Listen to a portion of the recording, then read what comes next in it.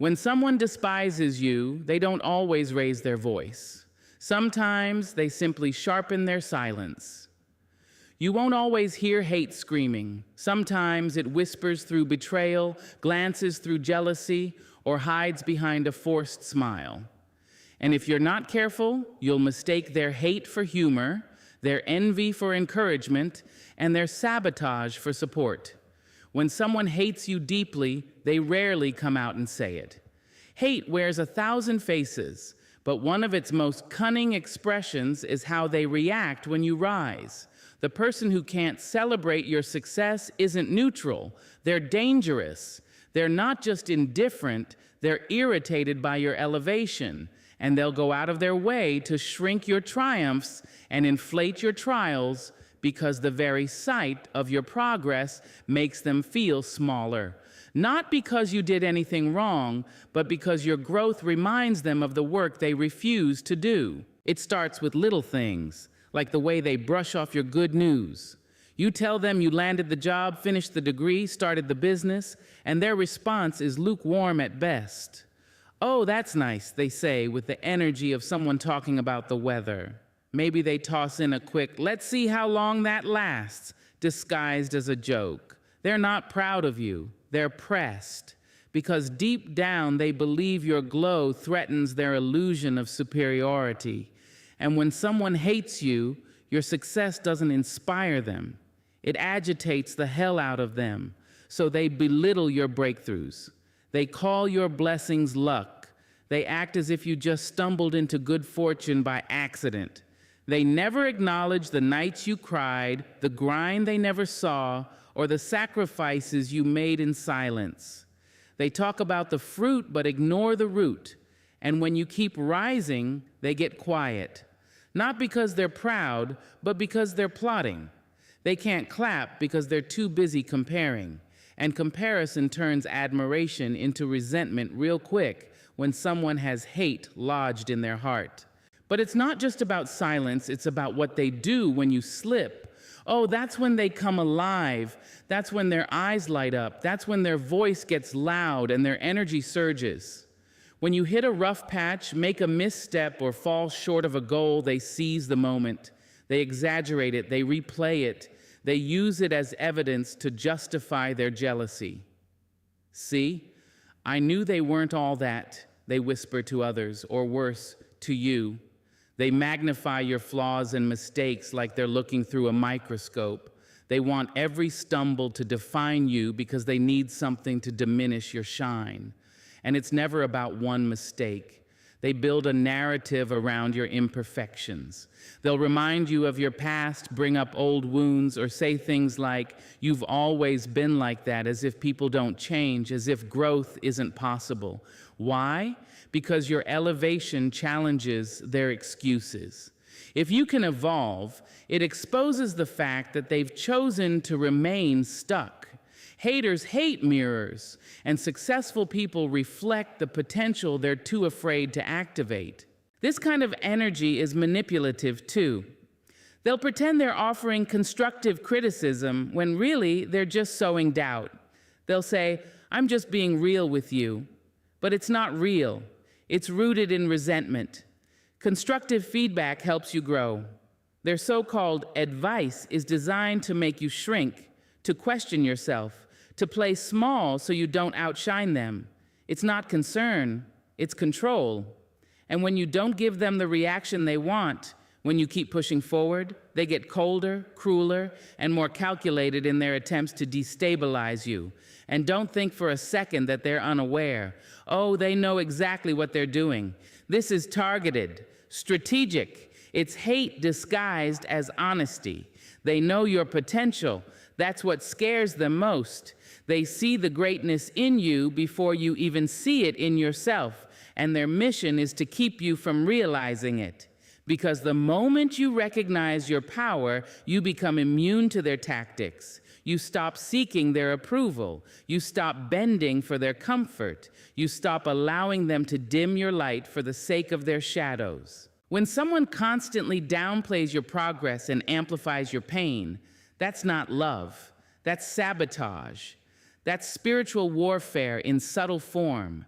That's someone trying to emotionally assassinate your confidence from the inside out. It's poison with a pretty label. But you don't owe anyone your silence just because they can't handle your sound. You don't have to explain your dreams to someone who prays you never reach them. You don't need to justify your wins to people who would rather see you lose. So let them talk. Let them judge. Let them stew in their own bitterness. You don't need their applause to be victorious. You just need the courage to keep walking, even when the claps fall silent and the critics get loud. Because at the end of the day, someone minimizing your wins says more about their insecurity than your value. Keep shining anyway. There's a particular kind of hate that doesn't look like hate at first. It shows up as admiration. It sounds like flattery. It even wears the costume of friendship or loyalty. But beneath the surface, it's brewing something dark. These are the ones who study you, not to support you, but to steal from you. They copy your essence, your voice, your creativity, and your presence. And once they've learned enough, once they've collected your patterns and absorbed your originality, they turn around and try to outdo you, not with gratitude, not with humility, but with competition, and not just healthy competition, the kind rooted in insecurity and envy. You'll notice them watching you closely. Everything you do, they take mental notes. They mimic your speech, your style, your habits. They start dressing like you, talking like you, captioning their posts with your phrases. At first, it might feel flattering. You might even feel proud that you're influencing someone. But soon it starts to feel strange, like they're trying not to be inspired by you, but to be you. Because when someone hates you, especially on a soul-deep level, the first thing they try to do is strip you of what makes you unique. They want what you have, but they don't want to admit it. So instead of honoring the source, they pretend they thought of it first. They take your creativity, your blueprint, and try to present it as their own innovation, but the truth can't be duplicated, and authenticity doesn't come with shortcuts. So no matter how closely they copy, there will always be something hollow in the way they deliver it.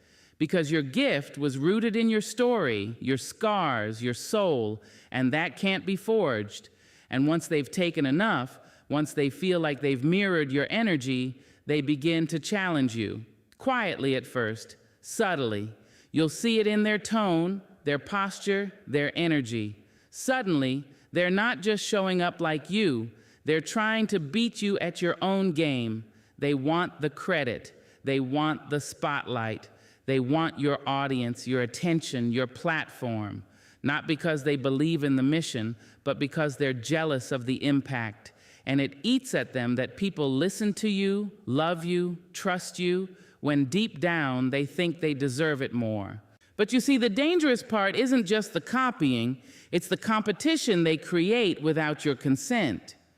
You didn't sign up for a race, you didn't enter a rivalry, but somehow they've made you their measuring stick. Every move you make, they mirror it, not to build with you, but to try and beat you. They're not trying to grow alongside you. They're trying to prove they're better than you, smarter than you, more valuable than you. And all of this silent war they've waged, is fueled by a hate they're too afraid to admit. Because real hate doesn't always come with slurs or slams. Sometimes it comes with a smile. Sometimes it comes dressed in support. Sometimes it pretends to admire you while it studies how to outshine you. And the worst part? They rarely see themselves as haters. They'll say things like, "I'm just inspired," or "we're all doing the same thing." But deep down, their spirit is disturbed by your shine. Because you didn't ask for permission. You didn't follow the rules. You just showed up as you are, and that in their eyes is unforgivable. So they copy to compete. But here's the truth they'll never understand. What they're competing with wasn't given to you by man. It was placed in you by purpose. And what's placed in you can't be duplicated, no matter how closely they try to imitate. They can wear your style, copy your words, even mimic your rhythm, but they will never carry your anointing. They will never hold your calling, and no matter how loud they get, they'll never have the weight that comes from walking in truth. You don't need to fight them. You don't need to expose them. You don't even need to explain yourself. Just keep doing what you were born to do. Keep showing up in your own light. Because the more they compete, the more they reveal their own insecurity. And the more you rise without responding, the more obvious their imitation becomes. Because at the end of the day, hate that copies is still hate. And when someone copies you, then competes with you, what they're really saying is this: I want to be you, but I can't. So I'll try to erase you instead. But don't worry, what's real always remains, and the truth always outshines the counterfeit. Every single time. There's a particular kind of emotional violence that doesn't leave bruises on the body, but wounds the soul in silence. It's called gaslighting. And when someone hates you, truly and deeply, one of the most destructive tools they'll use is this quiet, psychological manipulation. They won't argue with facts. They'll argue with your perception. They won't attack your decisions. They'll make you question if your mind can even make them. They want to make you doubt what you saw, what you heard, what you felt, what you know. Because once they can convince you that your reality is wrong, they gain the power to shape it. When a person gaslights you, they don't come with rage. They come with calm, calculated dismissal. You say you're hurt, they say you're overreacting. You bring up something they said, they say you're imagining it. You call out a boundary they crossed. They tell you you're being too sensitive. And the more it happens, the more you second-guess your instincts. You begin to shrink. You begin to apologize for things you didn't do. You even begin to wonder if you're the problem. That's exactly where they want you, lost in your own head, spiraling in self-doubt, unsure of where your truth ends and their lies begin. Because the person who hates you doesn't always seek to destroy you physically. They seek to dismantle your clarity. They want your spirit confused. A confused soul is easier to control, easier to manipulate, easier to dominate. It's not just about being right. It's about eroding your sense of self so thoroughly that you rely on them to tell you who you are. It often starts subtly. They challenge your memory. You recall a moment clearly. They tell you that's not how it happened. You express discomfort. They say you're imagining things. You mention how something they did hurt you. They flip it and say you're the one causing harm. Over time, it creates a fog. You walk on eggshells, not because they're explosive, but because you no longer trust your own steps. That's gaslighting, and it is spiritual sabotage. They will twist the truth, not just to deceive you, but to control the narrative, to protect their own image, to avoid accountability. And when you catch them, when you confront the contradiction, they pivot. Suddenly, you're the aggressor. You're the unstable one. You're the one who can't be trusted. That reversal is not accidental. It is strategy. Because if they can make you the villain in your own story, they never have to face the fact that they were the antagonist all along. Haters who gaslight don't just want you broken. They want you blaming yourself for it. They want you so twisted up emotionally that you can't even tell when harm is being done. They want you asking for forgiveness for feeling anything at all. And in the process, you become quiet, withdrawn, spiritually numb. You stop setting boundaries because you don't trust your own perception. You stop speaking up because every time you do, they flip the script. You start to feel small in rooms where you used to stand tall. That's no accident. That's hate in disguise. That's what it looks like when someone wants to erase your inner voice. Because your voice is power, your discernment is freedom, and your truth is a threat to their control. So they do everything in their ability to keep you questioning yourself. That's not love. That's a power grab. That's emotional warfare wrapped in manipulation.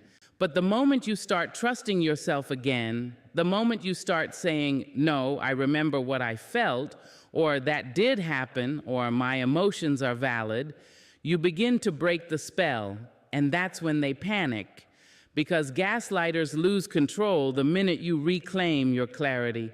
They can't function in a room where you're sure of yourself. They can't twist the truth if you won't let go of it. They can't minimize your reality if you refuse to surrender it. And you don't need to argue to reclaim your peace. You don't have to prove anything to someone committed to misunderstanding you. You just need to believe your own experience again. You need to stand firm in what you saw, what you heard, what you lived, because your intuition was not lying to you. That discomfort you felt, that shift in energy, that moment you knew something was off, that was your spirit trying to protect you. You don't owe anyone an apology for listening to it. Gaslighting is one of the most cowardly forms of hate. It's psychological theft. It's the slow erosion of confidence. It's a quiet campaign to silence the strongest parts of who you are. But once you wake up to it, once you call it by name, it loses its grip. Because the truth, no matter how buried, has a way of rising. And when it does, the gaslighter no longer has power, because you've taken back the pen to write your own story again. There's a kind of person who will cheer for you in public, but curse your name in private. They'll clap for you on stages, repost your achievements, drop the occasional "so proud of you" under your post. But when the applause fades, so does their presence. You don't hear from them in the silence. They're never the one checking on your soul when the lights are off. They never ask how you really feel, never offer support when no one is watching, because their support isn't rooted in love, it's rooted in image. They want to appear supportive, but they don't want to be supportive. They don't show up for you because they care about your heart. They show up because they care about being seen next to your success.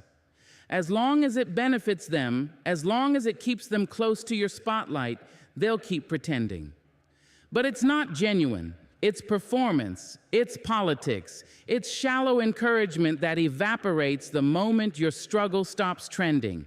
And the most dangerous part, they want the world to believe they love you more than they actually do. That's the mask. That's the game. And if you don't look closely, you might mistake their digital affection for real loyalty. You'll start to notice the gap when life gets heavy, when your soul aches, when you're going through a storm you didn't see coming. You'll realize the same people who proudly posted about you last week are now missing in action. They won't call, they won't check in, they'll leave you in silence and only return when they need another photo op of your strength. Because they're not drawn to your humanity, they're drawn to your highlights. You could be breaking down behind the scenes and they'd still only comment on how strong you look. They don't ask what your silence means. They don't notice your energy shifting. They don't look deeper, and that's because they were never there for the real you.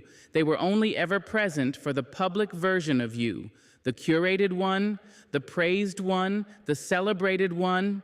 Your vulnerability doesn't feed their ego, so they ignore it. But the ones who hate you, quietly and deeply, often disguise themselves in this kind of superficial support. It's a clever tactic. Stay close enough to not look like an enemy, but far enough to never be burdened with your reality. They keep their distance emotionally, but their words online make it seem like they're holding you down. That's not love. That's branding. That's image maintenance. Because your shine reflects on them and they want to be associated with your glow even though they can't stand your growth. And when you start doing better, rising higher, walking in your purpose more boldly, their public praise becomes even louder. But it's not celebration. It's camouflage. They want to stay close enough to study your steps, to monitor your moves, to keep tabs on the thing they secretly envy. So they show up just enough to not be suspected, but never close enough to be trusted. Their support is performative, a mask, a script they read to keep up appearances. Because if they really supported you, they'd show up when there's nothing to gain. They'd call when there's no announcement. They'd be present when the crowd isn't. And here's the hardest truth. Sometimes these people have known you the longest, they've been in the photos, they've been around for years, but time doesn't equal loyalty. Familiarity doesn't guarantee honesty. Just because someone's always been around doesn't mean they've ever been for you. And realizing that hurts, but it's necessary. Because when someone only supports you publicly, they are building a reputation on the back of your resilience. They want the credit of being close to greatness without the commitment it takes to actually nurture it. They want to say, I knew you when, so that when you fully step into your calling, they can attach themselves to your narrative without having ever contributed to your journey. That's theft. That's spiritual leeching. And yet, you don't need to expose them. You don't need to confront everyone who claps from a distance but disappears in your darkness. Time reveals. Energy never lies. The longer you walk in truth, the more obvious the pretenders become. And while their public support may win them temporary applause, it will never carry the weight of true relationship. Real love doesn't need a stage. Real loyalty doesn't need a screenshot. It shows up quietly, consistently, and without condition. So pay attention not to who's loudest in the crowd, but who's present in your silence. Not to who celebrates your wins online, but who holds you when you're breaking offline. Because when someone only supports you publicly and never privately, they don't love you. They love the idea of you. And you deserve more than that. You deserve the kind of love that sees you, holds you, and stays without needing the world to watch. There's a quiet kind of hostility that reveals itself the moment you begin to honor yourself. You don't have to yell, argue, or fight to see it. All you have to do is draw a line and watch who gets offended. When someone hates you truly and bitterly but won't say it with words, they'll show it through their reaction to your boundaries. Because your boundary tells them something they don't want to hear. They no longer have access to you in the way they used to. And for some, especially those who feed on your openness, your availability, your lack of resistance, that feels like an insult, like an attack, like betrayal. But it's not betrayal, it's self-respect, it's healing, it's choosing peace over permission. And that choice will always offend the ones who were benefiting from your lack of protection. They never saw you as a whole person. They saw you as a source, a resource, a place to dump, to drain, to depend on without having to give anything in return. And the moment you step back, even a little, even softly, even kindly, they take it personally, as if your healing is their humiliation. You begin to say things like, I can't make it this time, or I need some space, or that doesn't feel right to me. And suddenly their energy shifts. Where there was once friendliness, there's now passive aggression. Where there was once laughter, there's now guilt tripping. They say things like, you've changed, but they don't mean it as a compliment. They mean you're no longer easy to manipulate. You no longer say yes out of obligation. You no longer explain yourself every time you choose yourself. When a person hates you at their core, they will always twist your growth into selfishness. Your clarity becomes coldness. Your distance becomes drama. And it's not because you're being cruel, it's because they're losing control.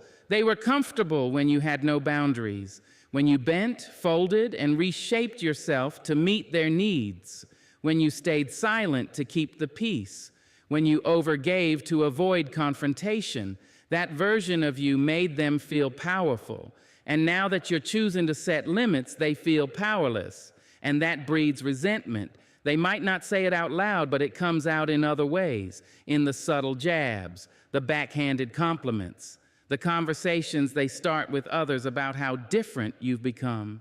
They make you feel guilty for prioritizing your mental health, as if that's something to be ashamed of. They mock your boundaries like they're unreasonable, when really all you're doing is refusing to be walked over anymore. And this is where it gets even deeper, because hate disguised as entitlement is a special kind of poison. It's not just that they dislike your boundaries, it's that they believe they deserve to violate them, that they've earned the right to access you whenever and however they want. Maybe it's because of history. Maybe it's because they were around when you had nothing. Maybe it's because they believe their role in your past gives them ownership in your present. But people don't own people, and love doesn't demand access. It honors it. So when someone treats your boundary like a betrayal, what they're really saying is, I don't respect your autonomy.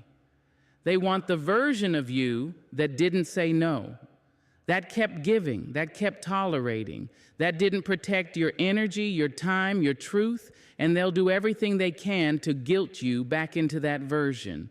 Not because it was healthy, but because it was convenient for them. But here's the hard truth. Your healing will always offend those committed to your old wounds.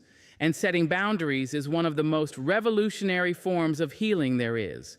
Because it says, I am no longer abandoning myself to keep others comfortable. And not everyone will clap for that. Not everyone will support that.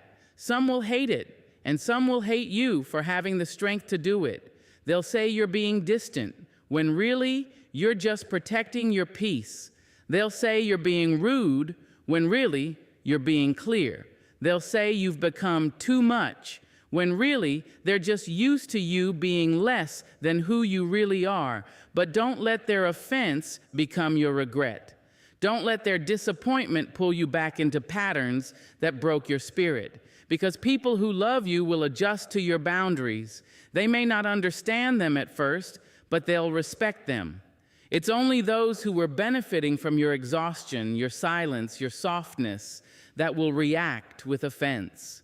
So stand firm, stand still, and understand that every time you protect your space, you are teaching the world how to love you better. And the ones who can't handle that lesson, they were never meant to be that close to you in the first place. There's a kind of hate that never raises its voice. It doesn't curse you out, doesn't call you names, doesn't swing its fist. No, it claps in the dark when you fall. It nods quietly when life breaks you down.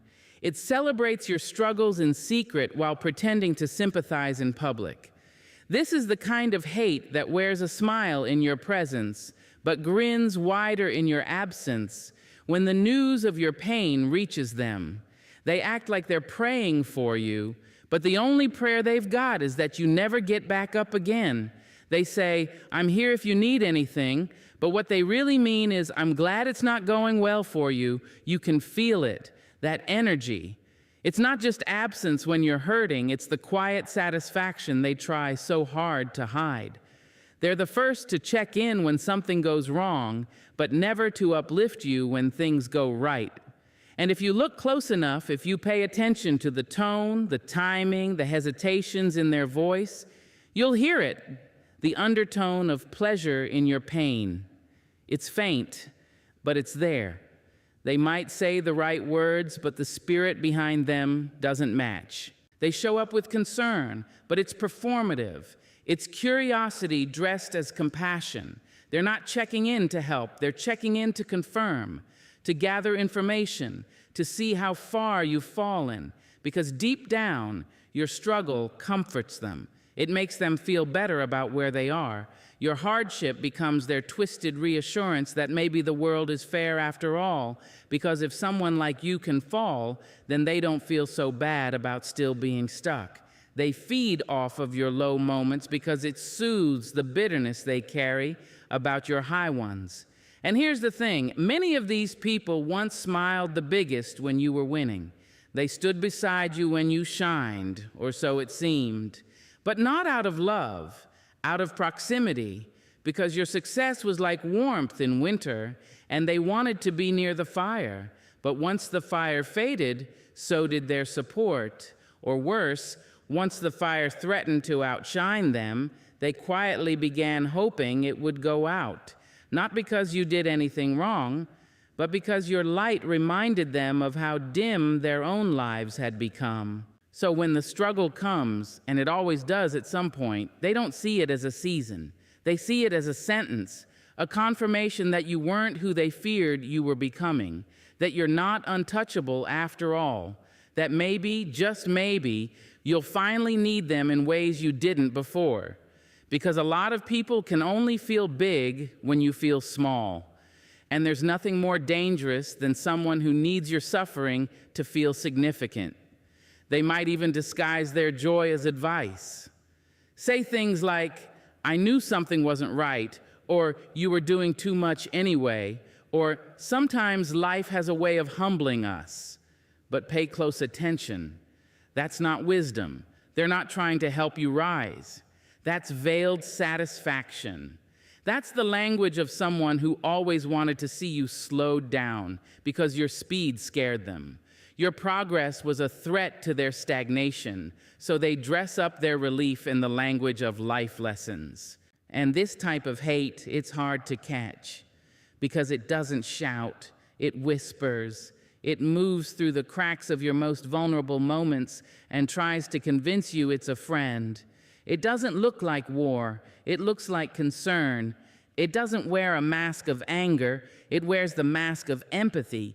But the more you heal, the more your spirit sharpens, the more you begin to feel the difference between someone who's helping you through and someone who's hoping you stay stuck.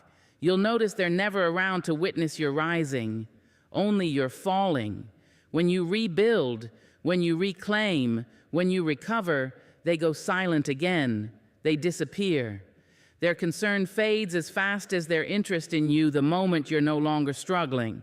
Because it wasn't you they were supporting, it was your suffering they were drawn to. And now that it's over, they have no place in your life. So they wait in the shadows quietly until the next storm comes, hoping you break again. But here's what they don't understand. Your struggles don't define you, they refine you. And every time you rise from something meant to break you, you expose their hate even more. Every time you stand back up, their secret celebration turns to silent frustration. Because the thing about real strength is this: it doesn't need approval and it doesn't need applause. It just keeps rising. And those who celebrate your pain in secret, they eventually choke on your recovery. Every time. Hatred is not always loud. It doesn't always show up in enemies. Sometimes it lives in familiar faces, soft tones, and shared history. But you are not obligated to keep people close just because they once called you family, friend, or love. Pay attention. Because when someone hates you a lot, they won't always attack you. They'll attach to you. And the most dangerous kind of hate is the one that smiles in your face while poisoning your peace. Keep your spirit sharp, keep your boundaries bold, and never be afraid to outgrow a connection that dishonors your soul.